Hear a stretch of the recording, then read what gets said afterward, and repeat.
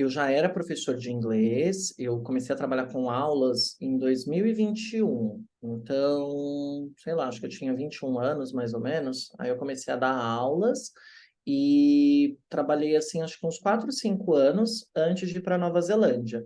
Então, eu fui fazendo as minhas qualificações, aprendendo mais sobre como dar aula.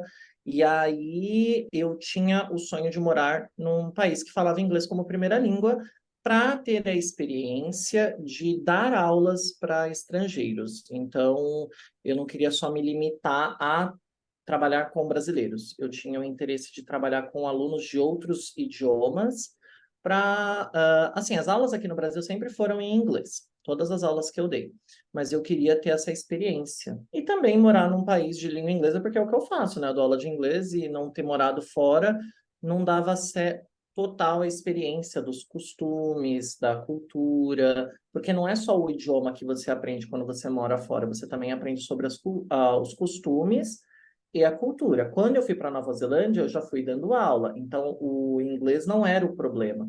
É assim, você conhecer como é que as pessoas vivem naquele país, né? Os hábitos, que nem na Nova Zelândia tudo fecha cedo, isso para mim foi um choque cultural. Aí eu falei, nossa, já fechou o shopping, sei lá, 4 da tarde no domingo, só que é feriado. E tudo isso você tem que se adaptar, né?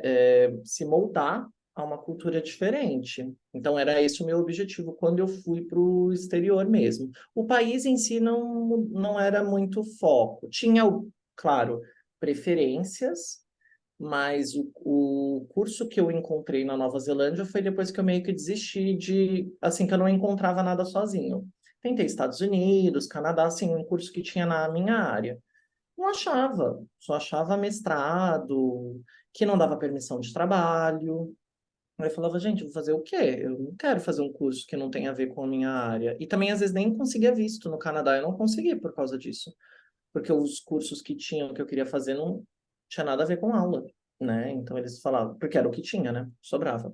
Aí, na Nova Zelândia, eu descobri através de uma agência que tinha o curso que eu queria. Eu falei, nossa. Aí, fui. Falei, e lá vamos nós. Mas que Peguei minha curso que vassoura. era esse? Eu Desculpa. fiz um diploma em linguística, assim, a gente chama TESOL, né? Ensinando inglês para falantes de outras línguas. Então, é um diploma de um ano que eu fiz, com muita... Tinha parte teórica e prática. Então, a gente tinha tudo aplicado, que era uma coisa que eu queria.